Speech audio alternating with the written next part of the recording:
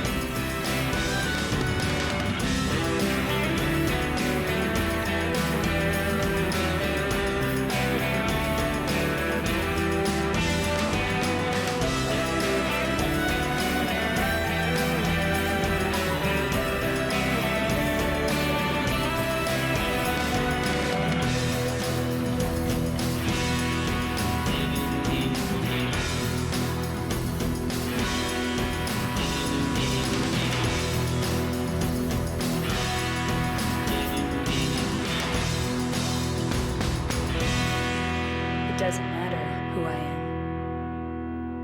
am. I'm here for you, James. See? I'm real.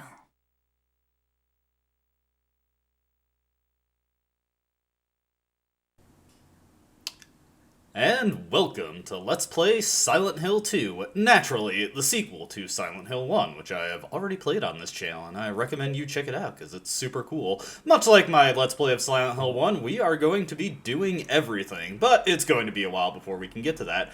Before we get into the game, we of course want to go over our settings, and one that in particular that I want to go over is a new setting to this game, is the control type, the 3D type, and the 2D type. These are a little non-indicative in their name, and I think in the PC version they actually changed them slightly to make them easier to understand. 3D type is actually standard tank controls. You hold forward to move your character, and just moving left or right rotates it. And of course you got your strafe buttons. 2D type is the new control type wherever you move the analog stick, that is where your character is going to move. So say I move it to the left, he's going to immediately turn left and start going that way. It's a little more intuitive to use for new players, but it also doesn't work very well with the camera system sometimes. I just kind of stick to 3D type because I've played a lot of tank-style games, so I'm used to controlling like that. Much like the previous game, we have extra options if you use the shoulder buttons, and the only one that we are going to be tweaking around with is the walk-run control. Of course, we want to set that to reverse. That means we will be running all the time without having to worry about, holding a button, which will ease on my thumb throughout this Let's Play, because you do a lot of running in this game. Like the previous game, we have some difficulty settings. We are going to be playing on hard, because we're hardcore like that, but there's a new difficulty setting, the riddle level. The riddle level changes up some of the puzzles and obstacles that you come across in the game. Not every puzzle or obstacle gets changed based on the riddle level. Some are consistent across riddle levels. Some are actually shared between riddle levels, and I'll try to go over those as we come across them, if I can remember them. But, of course, we're going to be going on hard. I already know all the solutions to all the puzzles in this game, so it's kind of irrelevant which riddle level I pick, but, it looks good if I pick the hardest one.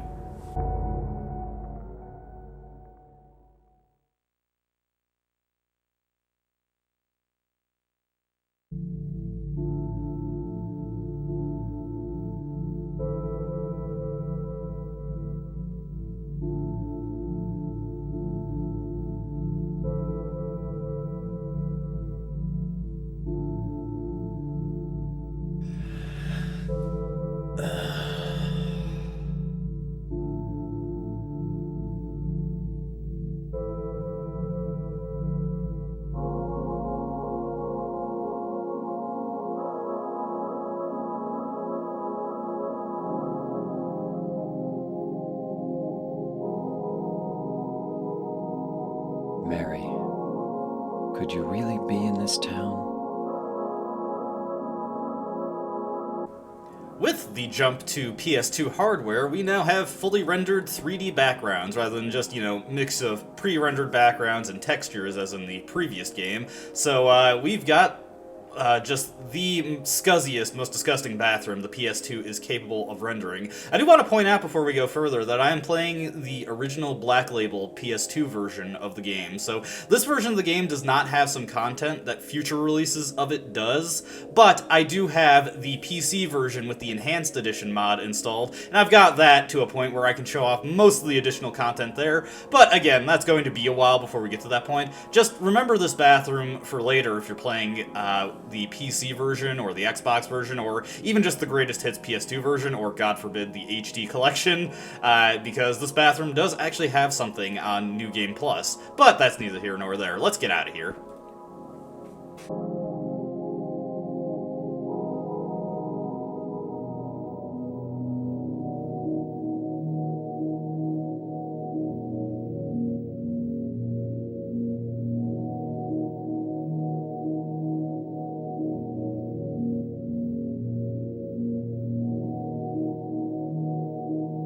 In my restless dreams, I see that town, Silent Hill. You promised you'd take me there again someday, but you never did. Well, I'm alone there now,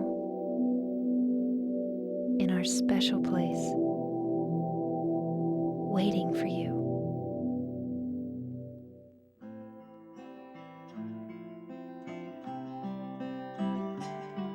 I got a letter. The name on the envelope said Mary. My wife's name. It's ridiculous. Couldn't possibly be true. That's what I keep telling myself. A dead person can't write a letter.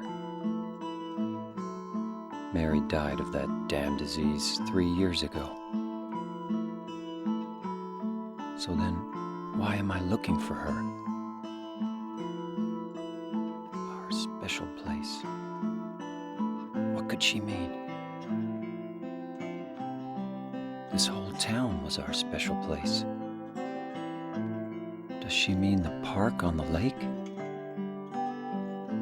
We spent the whole day there. Just the two of us, staring at the water. Could Mary really be there? Is she really alive? Waiting for me?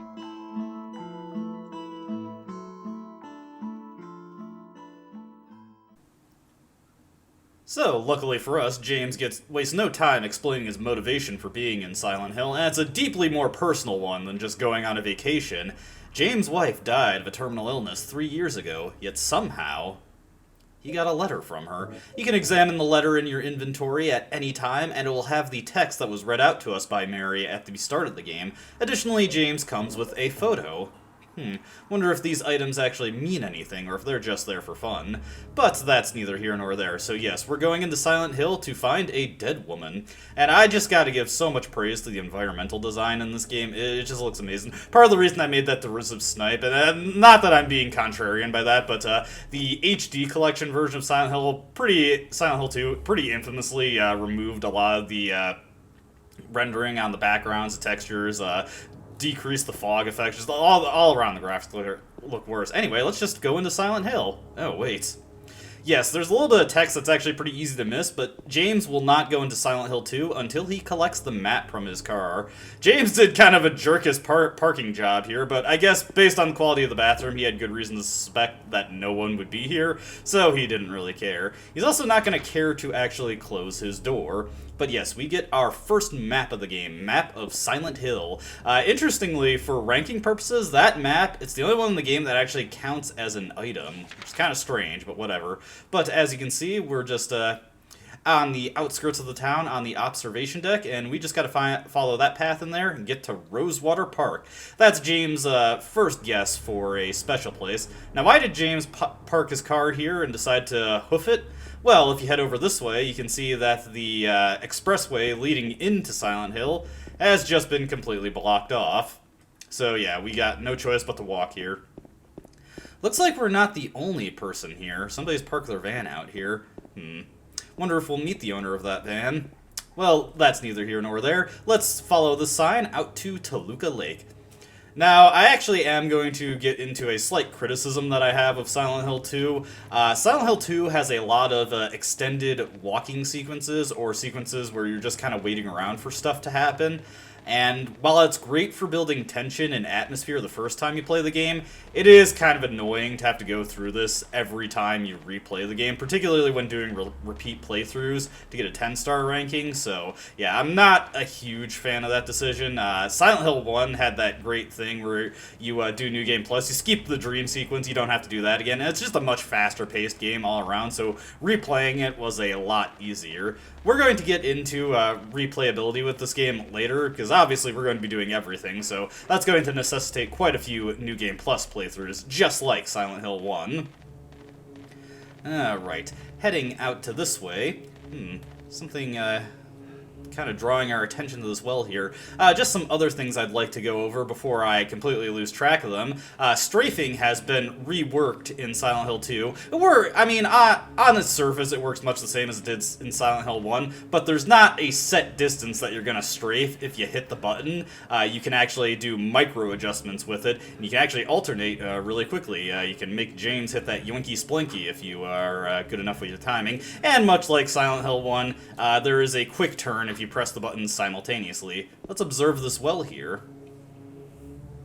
Looks like a red sheet of paper in that well. It's holding up pretty well for a piece of paper.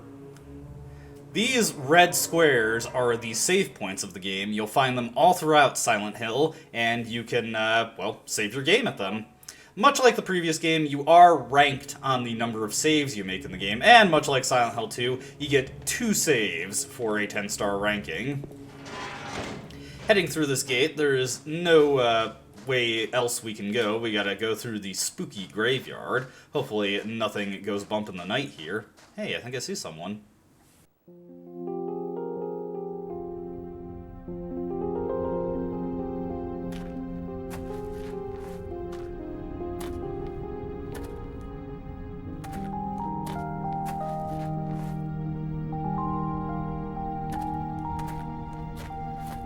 Excuse me, Oh, I'm sorry. I I No, was it's just... okay. I didn't mean to scare you. I'm kind of lost. Lost? Yeah, I'm looking for Silent Hill. Is this the right way? Yeah. It's hard to see with this fog, but there's only the one road. You can't miss it. Thanks. But Yes? I think you'd better stay away. This, this town, there's something wrong with it. It's kind of hard to explain, but Is it dangerous?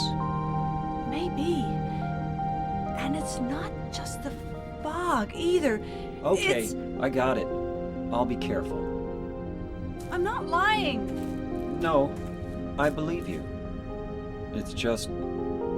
I guess I really don't care if it's dangerous or not. I'm going to town either way. But why? I'm looking for... someone. Who is it? Someone... very important to me. I'd do anything if I could be with her again. Me too. I'm looking for my mama. I mean my mother. It's been so long since I've seen her. I thought my father and brother were here, but I can't find them either. I'm sorry. It's not your No, problem. I hope you find them. Yeah, you too. This is a very skittish and mildly confused sounding woman. If you walk up to her again... Aren't you looking for someone? That's right. I honestly think that's kind of funny. It's like James has a short-term memory loss, and he just immediately, as soon as he was done talking to that woman, he forgot what he was doing. Anyway, it's a little hard to see where you need to go here, but just past this little chapel area, you'll find a gate, just like this one right here, because it is the gate that we are looking for, and this will allow us to continue on the dirt path into Silent Hill. You know, I've been talking to my friends a lot, and we've been making jokes about movies we've been watching, particularly sequels, and I'll, like, just do, like, fake title drops for the sequels. I really have to catch myself and not call the town Silent Hill 2. I would look like such an idiot if I did that. Not like I'm the bastion of intelligence normally. But, yes, we have more walking to do. This is really great, your first playthrough, especially if you're playing with the sound all turned up in the dark, or you even got headphones, you know, just to bask in the surround sound, because you've probably been hearing it, but it sounds like something is following us. Or at the very least, there is something rooting around in those woods out there. I'm sure it's nothing, though. You know, the fog, it's a bit of a out-of-the-way small town, you know. Your paranoia starts to get to you. You start hearing things that aren't actually there, or, you know, it's perfectly explainable, you know. Just the shifting temperatures, the expanding and the shrinking of wood and metal. You know, it makes all sorts of creaks and cracks and other eerie sounds. Heading over this way, we've got a gate, and this gate marks an important point for us. Once you go through it, I like the loading screen with the little footprints. Just turn around. Actually, I'm starting to get cold feet. Let's just get out of here. Nope. James is determined. He's got a dead person to find, and by golly, he's gonna do it. So yes, at this point, you cannot go back to that chapel area, and you cannot go back to your car. James is determined, and we are not leaving Silent Hill until we find Mary. It is important to know that you can't go back, because on New Game Plus, there is an item that you can collect before you get into Silent Hill. Although, to be honest, you'd have to be pretty dense to miss it, but, you know, it's worth pointing out just for the sake of it. Fortunately, we're almost done with just the slow walking segments. We still got a little bit of ways to go, but now we're actually getting into the point where we're going to have some stuff to keep an eye out for as soon as we get into the town proper. At least the eerie sounds have let up. Doesn't sound like anything's following us anymore. Alright, so we should be coming out onto a street in front of a flower shop in just a moment. Yep, here we are. What do we got here? Sander Street. So let's take a left real quick. We need to actually go right, but if you hang a left, you can find a first aid kit, our first non-map item to collect. That'll be handy to treat James's wounds. Not that he'd have any reason, you know, he'd be getting hurt at all. Perish the thought.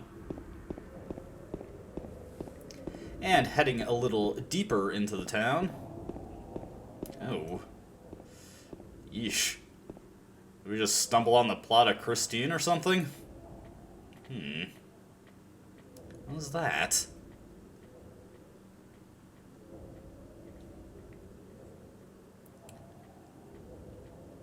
Well, we haven't really seen anyone else besides that really flighty woman, so perhaps we should follow it. I mean, what could possibly go wrong? You'll want to hug the side of the street here, because there is an item to collect along the way. And it'll be coming up in just a little bit. It's by one of these shutters. Not this one. I believe it is the next one we'll be able to find it. Yes!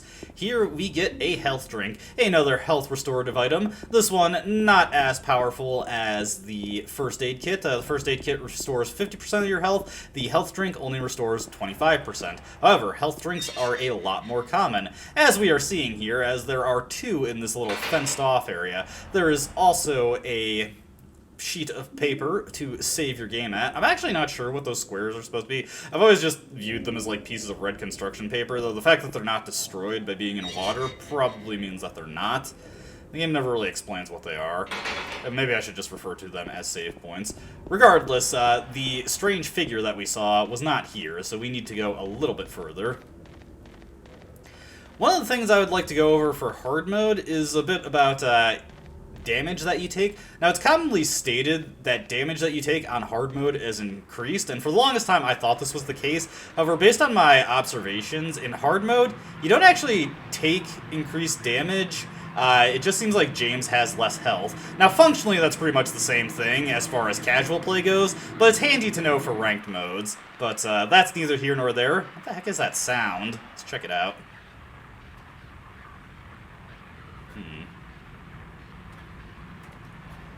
It's kind of funny in the, you can probably see something rooting around back there. It's really funny in the PC version with the Enhanced Edition mod, because it is a little difficult to see in the original SD version. In the Enhanced Edition, though, this thing is blatantly here, and you're kind of confused as to how James could not see it until now.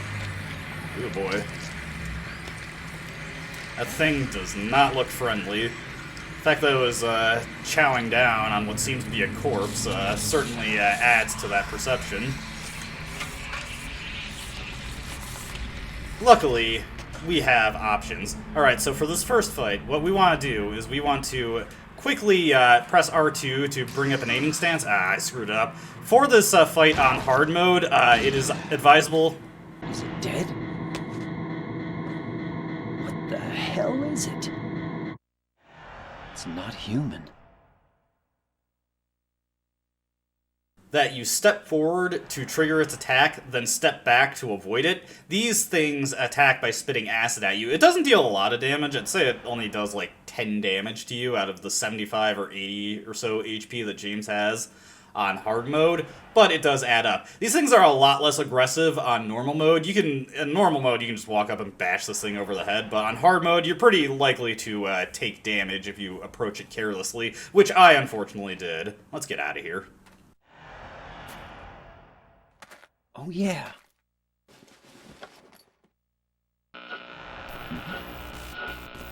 This thing broken?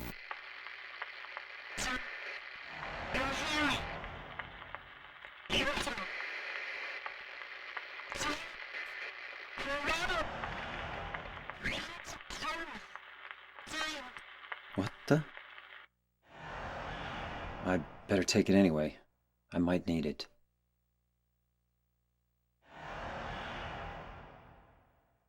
Huh, radio. What's going on with that radio? But yes, the radio returns in Silent Hill 2, and it functionally is the same as the first game. It just alerts you to when monsters are present. Monsters also have unique sort of musical cues and sound effects that they play when they're nearby, so it isn't strictly necessary to have the radio on. In fact, you can turn it off, and that shields the monsters from detecting you early on, because they do hear the noise. Now, we're not really given much direction for what to do at this point, and you're kind of just, much like the first game, you're supposed to explore around. Now, I know where I need to go, and you can just completely bypass like the intended sequence of events, and honestly, Silent Hill 2 has a kind of a problem where the intended sequence of events when you're exploring the town are actually extremely counterintuitive, out of the way, and you'll likely find what you're supposed to do before you find the thing that tells you what you need to do. So I'm going to try and show off what exactly you're intended to do. At this point, we're meant to go to Saul Street. As you can see, enemies have now begun to populate the streets of Silent Hill. You want to avoid them as best you can. Fighting them with a wooden plank with a nail stuck in it, it just is not a good idea. You will take a ton of damage, especially on hard mode. So we're just going to ignore these things, and thankfully they're very slow. What's this? Let's see, remains of the swamp. The of land surrounding is monument was originally swamp, but was later nicknamed Blood Swamp because the Rizzers poured the to wash the in here. Perhaps it's food that had many to have in the area.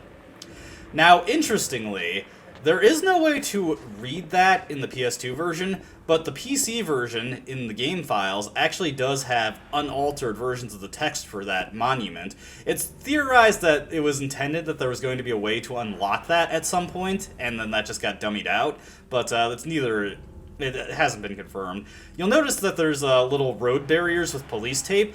Were you to come here before investigating that figure, these would be roped off and James would refuse to go past him because he is a good, law-abiding boy.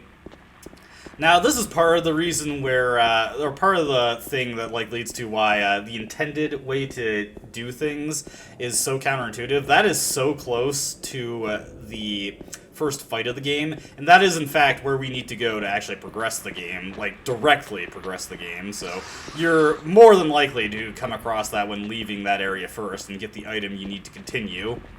So let's do it the way they wanted us to do it. It's pretty silly, but you know. Heading down this street, like I said, we want to get to Saul Street as there's something waiting for us there. Let's see.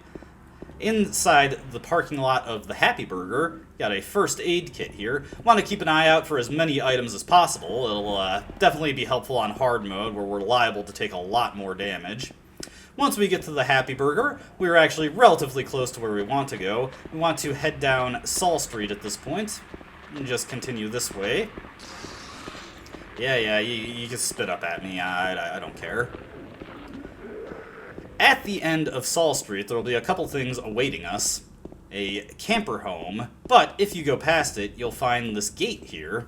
It's locked, unfortunately, so we can't get through it. The fact that it's locked, though, and it doesn't say that the lock is broken or anything, means potentially we can go through it at some point, maybe from the other side.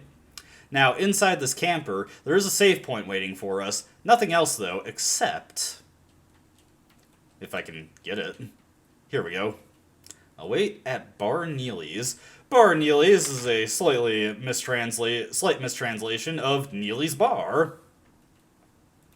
So, yeah, that is our first clue for what we need to do. We have to go to Neely's Bar. Heading back out into the streets proper, just want to keep our eyes peeled for any items. Neely's Bar is pretty much just past the Happy Burger, so we just have to double back a little bit. And once again, it's just leading to that thing, if we were just going up the street from the Happy Burger instead of going past it, we would have found Neely's Bar before we found that memo. I really don't understand how they laid out this collection quest, and it's not even anything you have to do, really. I'm just doing it for the sake of being thorough. Alright, so this is not Neely's Bar. We just gotta go up a little bit.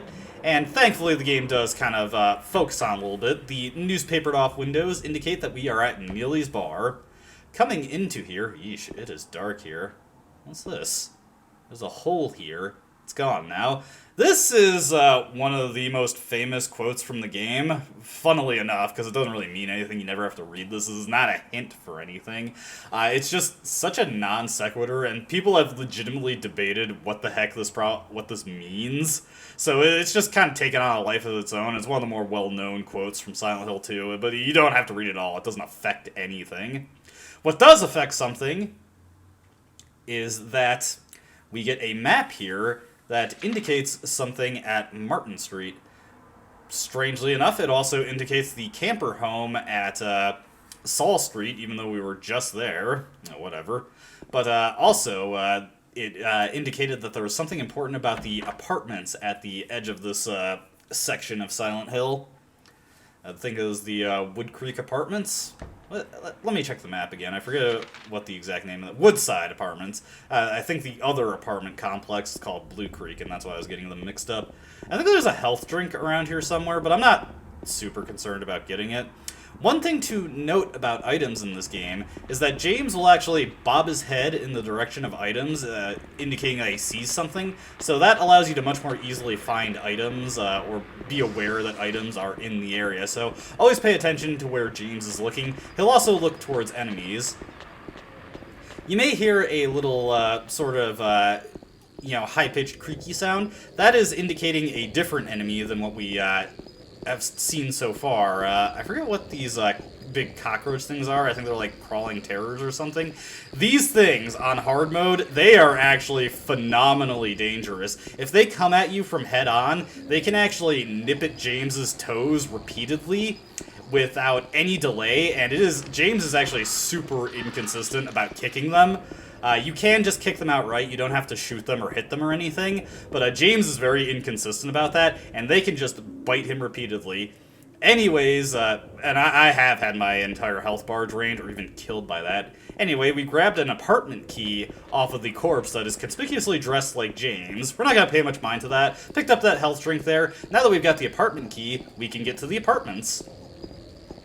And yeah, whenever you hear that little sound that sounds, like that high-pitched creaky sound with like something that's just gasping over it, that lets you know that one of the cockroaches is around, so always be mindful. Thankfully, they're not a super common enemy in this game. Heading down this street, because there is a little thing for us to find. You may have also seen that here is the lying figures. They will lie down on the ground and crawl around if you don't stomp them dead. I saw those demons. They were there, I'm certain. But my friend says he didn't see anything. If that's true, does that mean that what I saw was an illusion?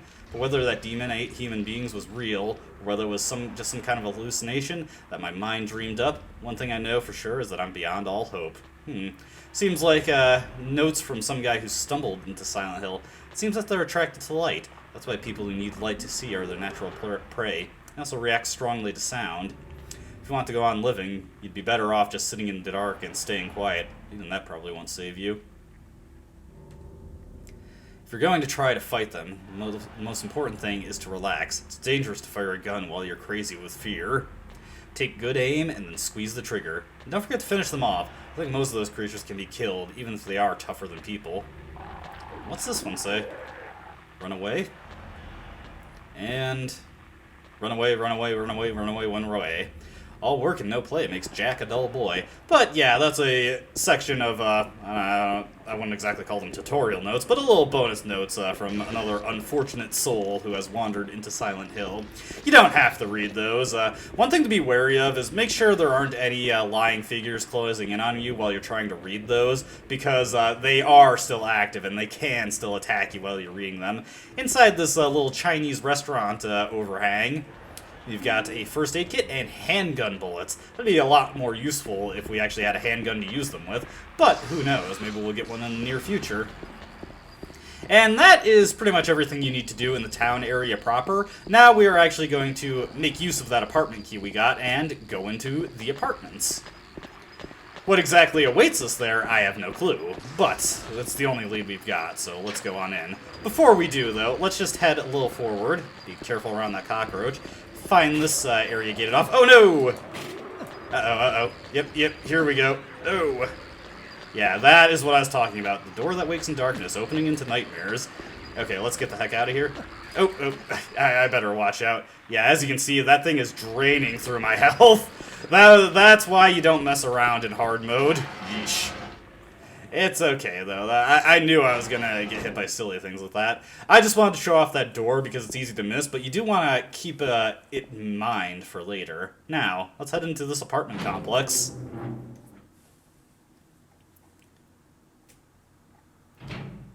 Heading into the Woodside Apartments, you will quickly find that it is quite the hole, and it is not gone. But yeah, this place seen better days, although it's not clear if it's as dilapidated for the people who actually live here. Another thing we can grab just off to the side is this handy-dandy map of the apartments. We don't live here, so this will be handy to have in case we get lost, or if we just want to know the lay of the apartment.